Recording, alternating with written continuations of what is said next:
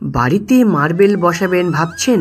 তাহলে ভিডিওটি প্রথম থেকে শেষ পর্যন্ত দেখুন। সঠিকভাবে কিভাবে ঘরেতে মার্বেল বসানো হয় আমি এই ভিডিওতে A to Z সব কিছু আপনাদের দেখিয়ে দেবো। তাহলে চলুন শুরু করা যাক ভিডিওটি। আবার আমার পুজো দিয়ে গেছে, ঘরে প্রথম মার্বেল বসাচ্ছি বলে দেখুন এখানে টাকা দিয়েছে, মিষ্টি দিয়েছে।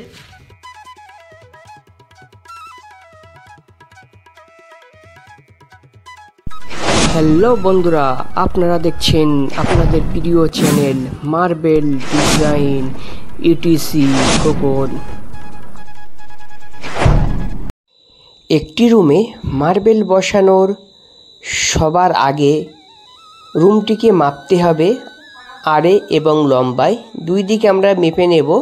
তারপরে আমরা কত ইঞ্চি মার্জিন দেব এবং কত ইঞ্চি বর্ডার দেব সেটা বাদ দিয়ে দেব।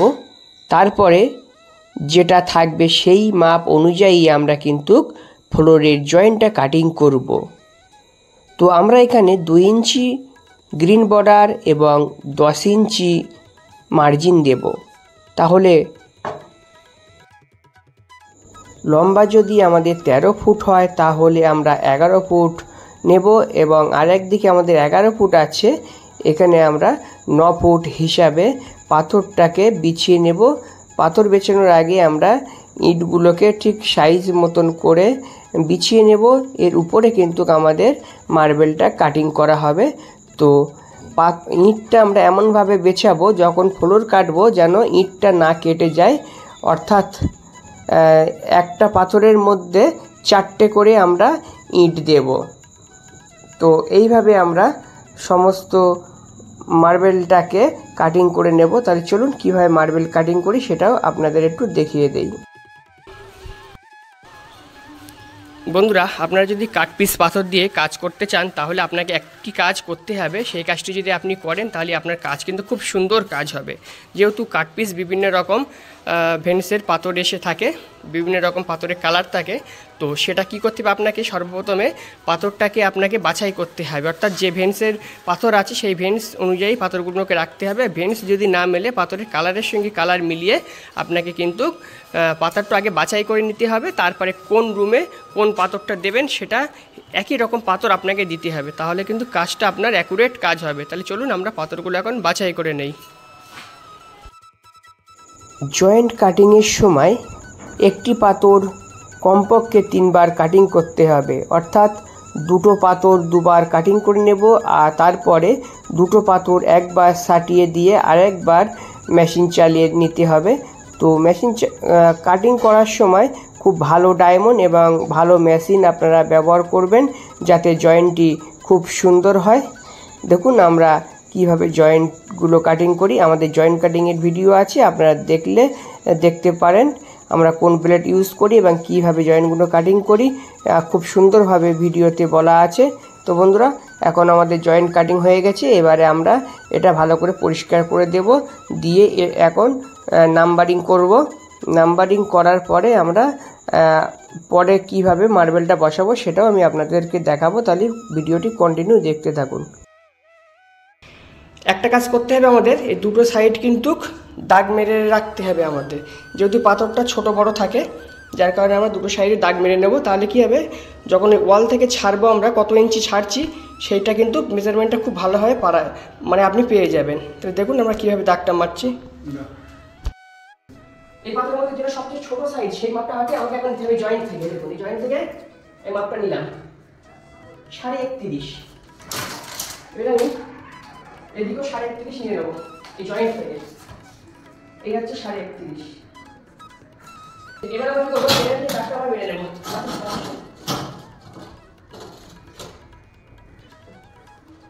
এই 31.5 করে আলাদা দাগটা হয়ে গেছে, এই 31.5 করে আমরা দাগটা মেরে নেবো।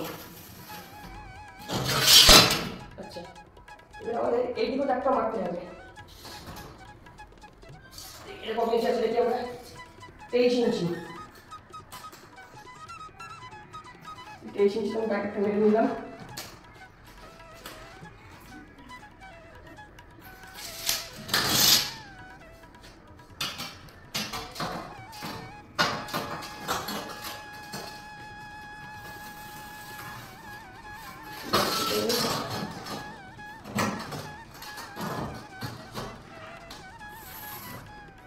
তিনটে রুম আছে, তার যার কারণে আমরা এটা এ দিলাম। এটা 2, এটা 3, 2, এটা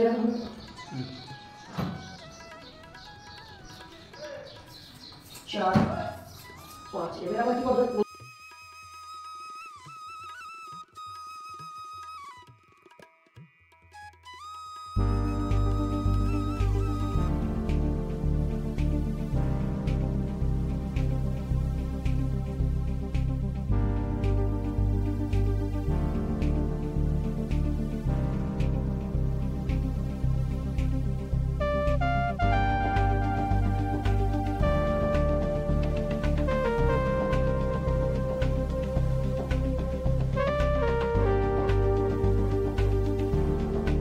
তো একই কোনায়, তারপর 2, 3, 4, 5 এইভাবে পরপর সব নাম্বারিং আমরা করে নিয়েছি।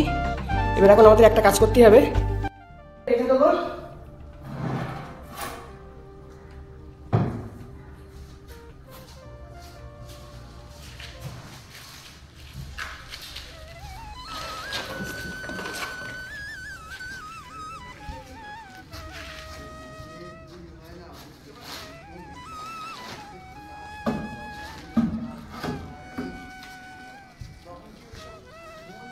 নাম্বারিং করা হয়ে গেছে এবং আমরা নাম্বারিং করে এগুলো পরপর সব রেখে দিয়েছি।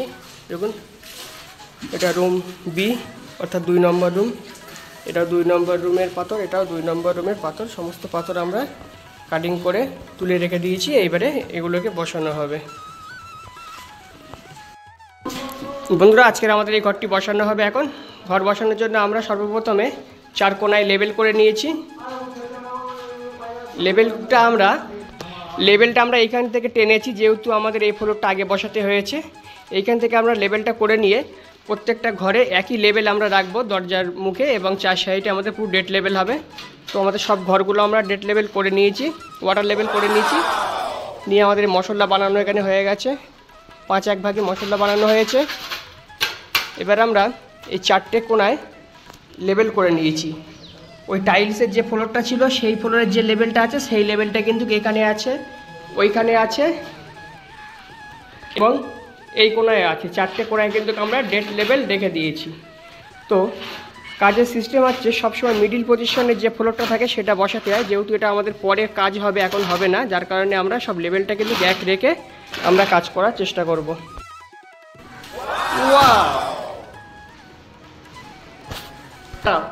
হ্যালো,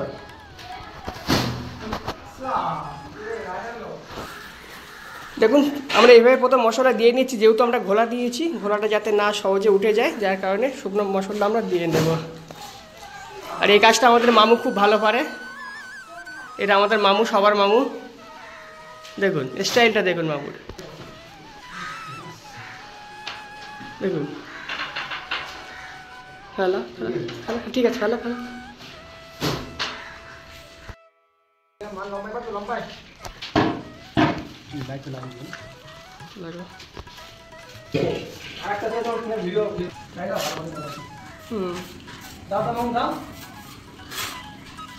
দেখুন 1 নম্বর পাথরটা আমরা বসিয়েছি। বসানোর প্রথম আমরা মশলা দিয়ে সুতোর লেভেলটা আমরা চেক করে নিয়েছি।